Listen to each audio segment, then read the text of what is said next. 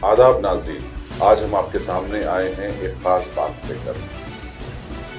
हुकूमत तेलंगाना ने वक्फ board CEO को तब्दील करते हुए एक और बार साबित कर दिया है कि वो वक्फ अमलाक के तहफ़्फ़ुज़ में बिल्कुल भी संजीदा नहीं। साबिक़ा सीईओ शाहनवाज कासिम से बोर्ड के मेंबरान का असल तनाज़ा शख्सियात पर नहीं था, बल्कि उनका वक्फ बोर्ड के लिए माकूल वक्त ना दे पाना, जिसकी वजह से बोर्ड के कारकर्दगी ठप होकर रही।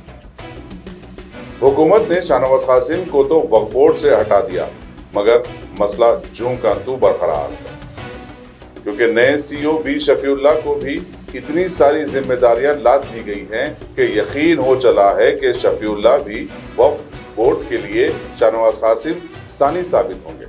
अब देखना यह है कि मुसलमानों के मफाद के तहफ़्फ़ुज़ के बेड़ा उठाने वाले अनगिनत मुस्लिम तंजीमें वक्फ बोर्ड को फुल टाइम सीईओ के लिए हुकूमत पर दबाव बना पाएंगे, या फिर केसीआर के हाथ से खजूर खाकर केसीआर के गुन गाएंगे।